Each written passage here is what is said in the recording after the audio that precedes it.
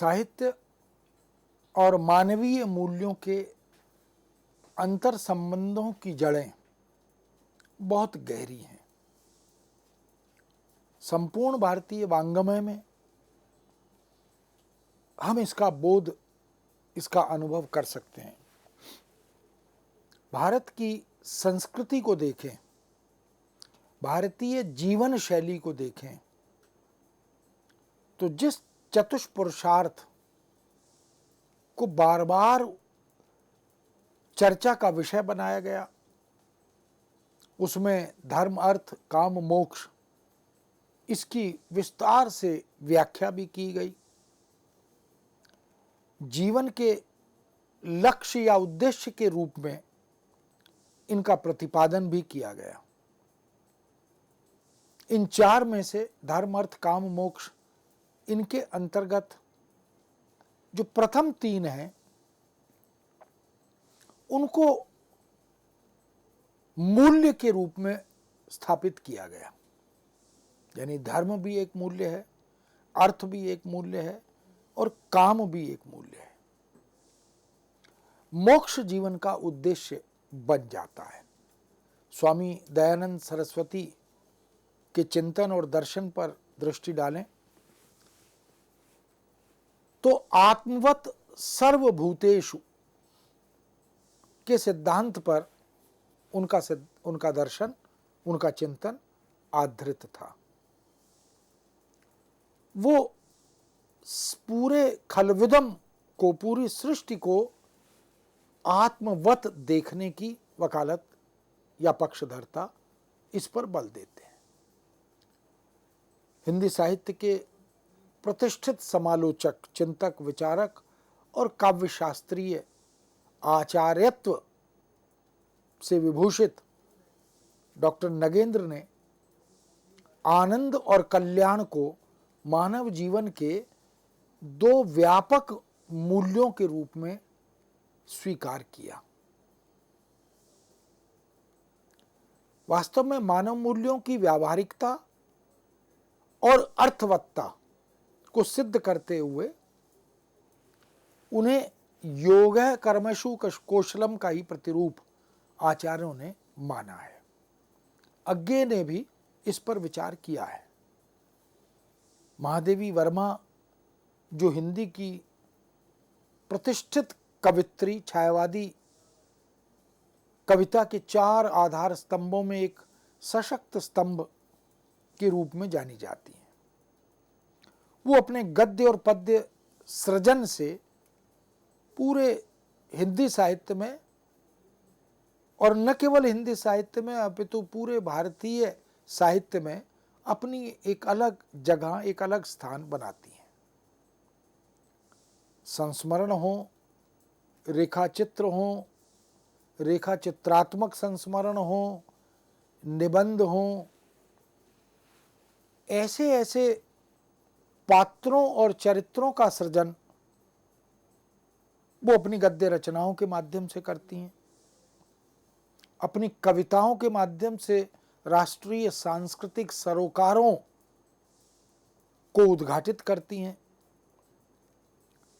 तो महादेवी वर्मा ने नैतिकता और मानवीय मूल्यों को अभिन्न माना, एक ही माना, क्योंकि उनकी दृष्टि में विकास जीवन का धर्म है और विकास के इस क्रम में मनुष्य ने कुछ जीवन मूल्यों का आविष्कार किया है। एक तरह से ये किसी भवन को बनाने से पहले जैसे उसका एक मानचित्र बना लिया जाता है, ऐसे ही जीवन के निर्धारण के लिए, जीवन यापन के लिए कुछ ऐसे जीवन मूल्यों को खोजा गया है, आविष्कार किया गया है, जो आगे बढ़ने के लिए, अग्रसर होने के लिए मार्ग प्रशस्त करते हैं और एक सशक्त आधारशिला की भूमिका का निर्वाह करते हैं। ये जीवन मूल्यों के जो सिद्धांत हैं, इनमें नैतिकता यदि आ जाए तो नैतिक मूल्य हो जाते हैं, धर्म का बोध यदि आ जाए तो धार्मिक मूल्य हो जाते हैं, समाज की चेतना और सरोकार आ जाएं तो सामाजिक मूल्य हो जाते हैं, सांस्कृतिक चिंतन यदि समाहित हो जाए तो सांस्कृतिक मूल्य हो जाते हैं, और इसी तरह परिवार यदि केंद्र में आ जाए तो पारिवारिक मूल्य भी हो जाते हैं। वैयक्तिक मूल्यों को भी हम इसी परिप्रेक्ष्य में देखते हैं कि व्यक्ति विशेष अपनी जीवन शैली का निर्धारण कैसे और क्यों करता है, वह किसे त्यागता है और किसे स्वीकार करता है। ये पूरा व्यवहार में कैसे समाहित होता है, जो मनुष्य को व्यावहारिकता का बोध कराते हैं, पाठ पढ़ाते हैं, ऐसे मूल्यों को मानवीय मूल्य कहते हैं। और व्यापक रूप से यदि हम इन्हीं मानव मूल्यों को संसृष्टि के परिप्रेक्ष्य में देखें, पूरी मानवीय व्यवस्था की जीवन शैली से जोड़कर देखें, तो फिर व्यापक रूप से यही मानव मूल्य जीवन मूल्य बन जाते हैं। बहुत से भारतीय और पाश्चात्य विचारकों ने इस तरह से मूल्यों की इस परिव्याप्ति पर चिंतन किया और अनेक प्रकार के मूल्यों की विवेचना भी की। भारतीय काव्यशास्त्र और पाश्चात्य साहित्यालोचन दोनों में देखें, और भारत की अनेक भाषाओं में, हिंदी इतर समस्त भारतीय भाषाओं में भी एक से एक रचनाकार, साहित्यकार और कालजयी रचनाएं ऐसी उपलब्ध होती हैं, चाहे वो संतों का साहित्य हो, सिख गुरुओं का सृजित साहित्य हो, दक्षिण भारत की भाषाओं में लिखा गया साहित्य हो, बंगला भाषा में, मराठी, गुजराती आदि भाषाओं में, या पहाड़ पर बैठे हुए रचनाकारों की लेखनी से निकलने वाला साहित्य हो, राजस्थानी रचनाकारों की सशक्त लेखनी से उद्धृत होने वाला साहित्य हो, यानी अखिल भारतीय स्तर पर कश्मीर में रचा गया साहित्य हो। अगर हम उस पूरे साहित्य पर दृष्टि डालें तो चिंतकों ने, विचारकों ने जीवन मूल्य क्या हैं, मानव मूल्य क्या हैं और मूल्यों के आयाम क्या हैं, उन्हें सर्वोच्च स्थान दिया, वरीयता दी, उन मूल्यों की व्याख्या की, उन मूल्यों के आयामों को उद्घाटित किया। हम प्लेटो और अरस्तु और सुकरात के उस वैचारिक चिंतन की श्रृंखला को देखें, हम पाश्चात्य चिंतन में कॉलरिज को देखें, वर्ड्सवर्थ को देखें, शैले को देखें, या और इस तरह के समस्त चिंतकों को देखें, चाहे वो मार्क्सवादी चिंतक हों, चाहे वो काम को केंद्र में, काम भावना को केंद्र में रखकर चलने वाले चिंतक विचारक हों, किंतु मूल्यों की समाज सापेक्षता, इससे कोई असहमत नहीं हो पाया। मनुष्य के सामाजिक प्राणी होने का एक प्रमुख कारण इन मूल्यों के संदर्भ में चिंतन करने की राह प्रशस्त करना भी रहा है। कोई भी मनुष्य हो, विश्व के किसी भी देश में, किसी भी समाज में, किसी भी जाति में यदि कोई मनुष्य रहता है तो उसके जीवन में अर्थ का महत्व असंदिग्ध होता है। आर्थिक स्थिति मनुष्य की जीवन शैली, जीवन निर्वाह की राह का निर्धारण करती है। इसलिए अर्थ, धर्म, अर्थ, काम, मोक्ष, इस चतुष्पुरुषार्थ में अर्थ मूल्यों के लिए, मूल्यों के निर्वाह के लिए, मूल्यों को आत्मसात करते हुए उनकी सात्विकता की रक्षा के लिए अत्यंत आवश्यक बन जाता है। जीवन के समस्त मानवीय मूल्य अर्थ से संबद्ध होकर सर्वहारा वर्ग की समस्याओं और उनके समाधान से जाकर जुड़ जाते हैं। यदि पैसा प्रचुर मात्रा में है, जीवन यापन सहजता से किया जा सकता है, तो फिर मूल्यों का स्वरूप अलग होता है। यदि धनाभाव है और पेट और पीठ मिलकर दोनों हैं, एक चल रहा लकुटिया टेक, ऐसी स्थिति है, तो फिर मूल्य बदल जाते हैं। वर्ग भेद रहित समाज की कल्पना स्वयं में समस्त मानवीय जीवन मूल्यों की आधार भूमि के रूप में सिद्ध तो होती है, लेकिन आदर्श प्रतीत होती है। यह वर्ग भेद साहित्य और साहित्यकार मिटाना चाहता है। अमीर गरीब का, छोटे बड़े का, ऊंचे नीचे का, अगड़े पिछड़े का, ये जो भेद हमने कर दिए, दलित और अन्य वर्गों का, पिछड़े वर्गों का, और अब तो विडंबना यह है कि स्त्री विमर्श, दलित विमर्श, आदिवासी विमर्श, पर्यावरण विमर्श और न जाने कितने विमर्शों में हमने साहित्य और साहित्यकारों की सोच को बांट दिया है।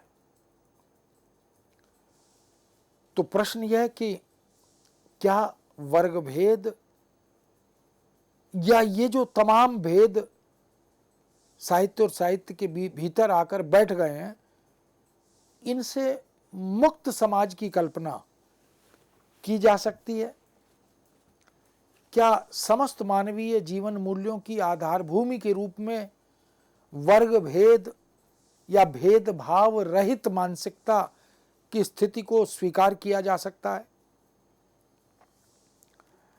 क्रोचे जो पाश्चात्य चिंतक है, उन्होंने जीवन में सौंदर्यपरक, सौंदर्यात्मक, धार्मिक और बौद्धिक मूल्यों के अतिरिक्त नैतिक तथा आर्थिक मूल्यों की भी महत्वपूर्ण स्थिति को उद्घाटित किया है।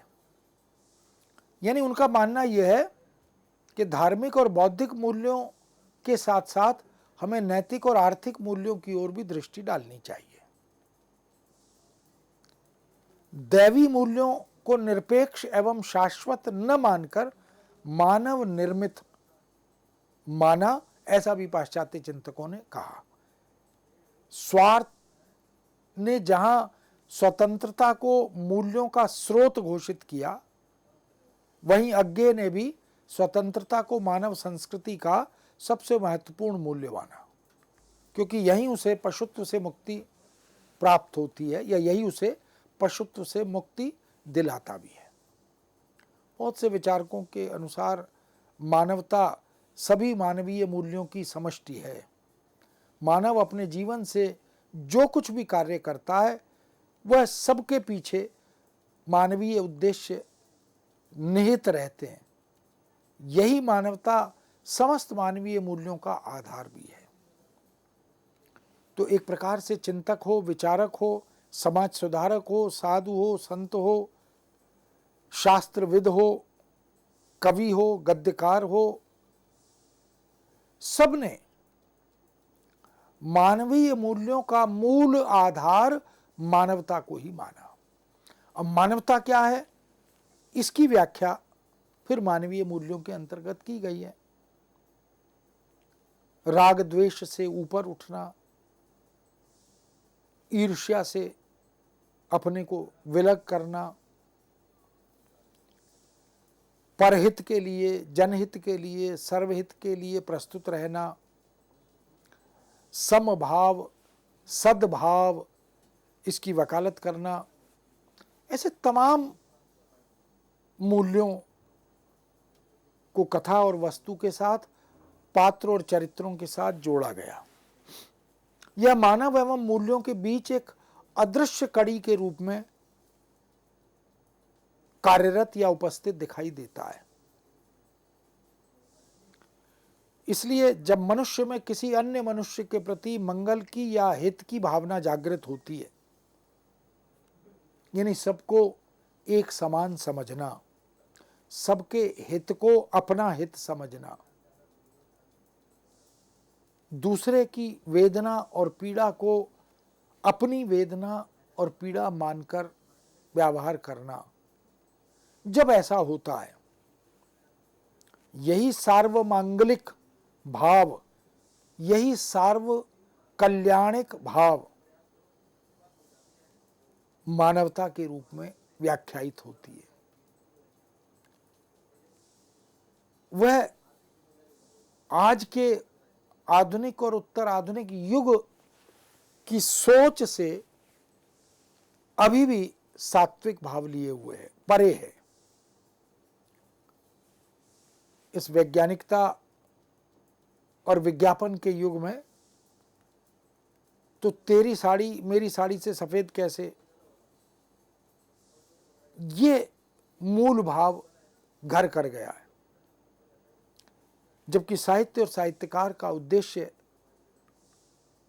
वास्तव में मनुष्य और मनुष्यता, मानव और मानवता के हित की रक्षा करना, उसके कल्याण की चिंता करना, उसके लिए सदा सर्वदा अर्पित, समर्पित और प्रस्तुत रहना, यही साहित्यिक मूल्य हैं, यही सामाजिक, सांस्कृतिक और नैतिक मूल्य हैं। हिंदी के प्रतिष्ठित कवि, गद्यकार, चिंतक, विचारक, पत्रकार डॉक्टर धर्मवीर भारती, जिन्होंने मानव मूल्य पर एक बहुत प्रारंभिक प्रामाणिक पुस्तक का सृजन भी किया, उन्होंने मूल्यों की सार्थकता पर विचार करते हुए सबसे बड़ा मूल्य मानव मूल्य को ही माना। डॉक्टर जगदीश गुप्त, जो नई कविता से जुड़े रहे और आधुनिक चिंतक के रूप में, कवि के रूप में अपनी पहचान बनाते हैं, उन्होंने कहा कि बिना मानवीय संवेदनाओं को केंद्र में रखे मूल्य की कल्पना नहीं की जा सकती। इसका मतलब है मूल्यों की चिंता, मूल्यों की वकालत, मूल्यों की व्याख्या करने से पहले हमें मनुष्य की संवेदनाओं की चिंता करनी होगी। और दुर्भाग्य से इस बाजारवादी संस्कृति ने, इस भौतिकतावादी जीवन शैली ने संवेदना शून्य एक समाज का निर्माण तो किया है। अखबारों ने, मीडिया ने, रेडियो टीवी ने, खबरों की दुनिया ने हमें संवेदनात्मक सरोकारों से बेखबर कर दिया है। हम मानवीय संवेदनाओं से अब उस कदर अपने को जुड़ा हुआ प्रतीत नहीं करते जिस कदर सामाजिक अपेक्षा होती है। इसलिए मानवीय संवेदनाओं से शून्य समाज की बात करें तो हम उसे मूल्य विहीन समाज के रूप में देख सकते हैं। मानवीय जीवन मूल्यों की प्रयोगशाला के समान है यह जो समाज है, यह जो व्यवस्था है, यह वास्तव में जीवन मूल्यों की एक प्रयोगशाला तो है। यहां नए मूल्यों की खोज होती है, आविष्कार होते हैं, प्राप्त मूल्यों के परिष्कार और अप्रासंगिक मूल्यों के बहिष्कार की प्रक्रिया भी निरंतर चलती रहती है। इसका मतलब है कि मूल्य संदर्भ सापेक्ष होते हैं, समय सापेक्ष होते हैं, घटना सापेक्ष होते हैं और व्यक्ति सापेक्ष भी हो जाते हैं। जैसी जैसी स्थितियां बनती हैं उसी तरह की स्थितियों के अनुकूल मूल्यों को आत्मसात करने और त्याग करने का संदर्भ उद्घाटित होता है। आज जो चिंतन किया जा रहा है वह पुरानी धारणाओं और मान्यताओं को एक तरह से त्याग रहा है, खारिज कर रहा है, जिनके अनुसार समस्त मूल्यों का स्रोत एक मनुष्येतर सत्ता ईश्वर को माना जाता था। आज मूल्यों का स्रोत मनुष्य बन गया है। प्राचीन और मध्यकालीन साहित्य में तथा आधुनिक साहित्य में जो मूलभूत अंतर आया वह यही आया जब कहा गया कि अब ईश्वर केंद्र में नहीं रहा, मनुष्य केंद्र में आ गया, अब दैवी शक्तियां केंद्र में नहीं रही, अब मानवीय शक्तियां केंद्र में आ गई। मूल्य मानव सापेक्ष होते हैं और उनका महत्व मनुष्य के संदर्भ में ही उद्घाटित होता है, रेखांकित होता है, प्रतिपादित होता है।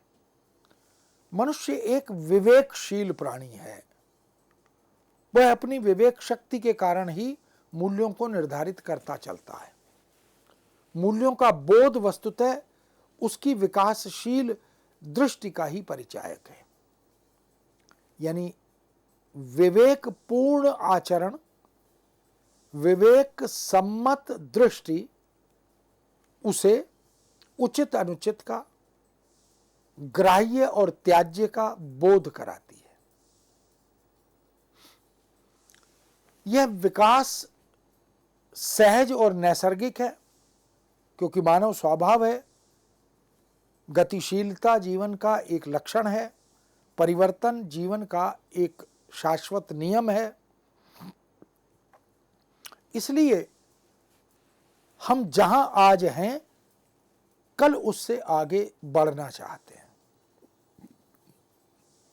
जितना और जो कुछ आज हमारे पास है, कल हम उससे अधिक प्राप्त करना चाहते हैं। ऐसे में स्वाभाविक है कि मूल्यों को संदर्भ सापेक्ष परिप्रेक्ष्य में व्याख्यायित करना, उनकी सार्थकता पर विचार करना, यह भी मनुष्य के साथ, मानव के साथ जुड़ जाता है। जहां तक साहित्य और मानवीय मूल्यों की संबद्धता का प्रश्न है, अन्योन्याश्रित होने का प्रश्न है, तो निश्चित रूप से साहित्य पर सभ्यता का दबाव, इसको हम अनदेखा नहीं कर सकते। अनेक सभ्यताओं ने, जो बदलती भी रहीं, आती जाती रहीं, उन्होंने साहित्य और साहित्यकारों को प्रभावित किया है। इसलिए आदिकालीन साहित्य के मूल्य नितांत भिन्न थे। रासो काव्य देखें, विद्यापति को देखें, अमीर खुसरो को देखें, धार्मिक साहित्य को देखें, जैन साहित्य को देखें, और मध्यकालीन साहित्य के मूल्य या साहित्यिक मूल्यों के सरोकार, उनमें स्पष्ट रूप से आदिकालीन साहित्य के मूल्यों से भिन्नता दिखाई देती है। यह युग और परिवेश का, काल के परिवर्तन का यह दबाव, यह प्रभाव, सभ्यताओं के परिवर्तन का यह दबाव हमें साहित्य और साहित्यकारों पर स्पष्ट दिखाई देता है। इसलिए समाज में, हमारे आसपास और मूल्यों की दुनिया में जो कुछ है, उसका सीधा असर रचना पर और रचनाकार की मानसिकता पर पड़ता है। कुछ भी घटता है, कुछ भी परिवर्तन होता है, कोई भी प्राकृतिक आपदा आती है, कोई भी वैयक्तिक, सामाजिक, पारिवारिक घटनाक्रम बदलता है, तो उसका प्रभाव साहित्य और साहित्यकार पर स्पष्ट दिखाई देता है। इसलिए साहित्यकार पुरा चरित्रों को, पुरा कथाओं को, पुरा आख्यानकों को, पुरा घटनाओं को वर्तमान संदर्भों में, परिप्रेक्ष्यों में, चरित्रों के साथ, पात्रों के साथ जोड़कर उनकी समकालीन व्याख्या करने के लिए बाध्य हो जाता है।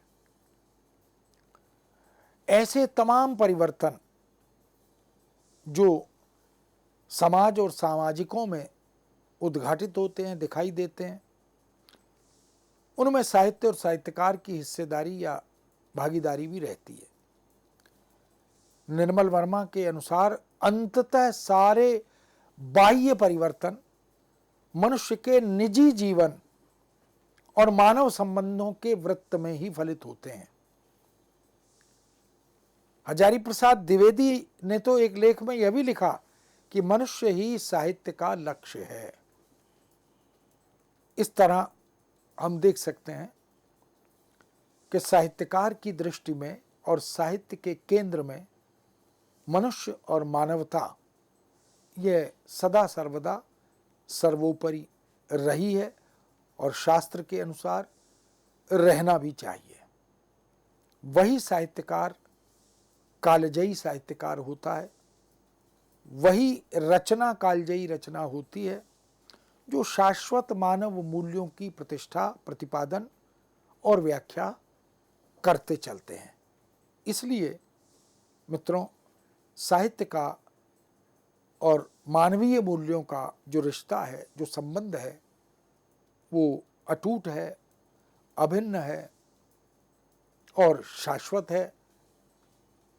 इसी बिंदु को ध्यान में रखते हुए हम अपनी चर्चा को, अपने विचार को यहाँ समाहार करते हुए विराम देते हैं। पुनः आपके समक्ष उपस्थित होंगे। आज्ञा दीजिए। नमस्कार।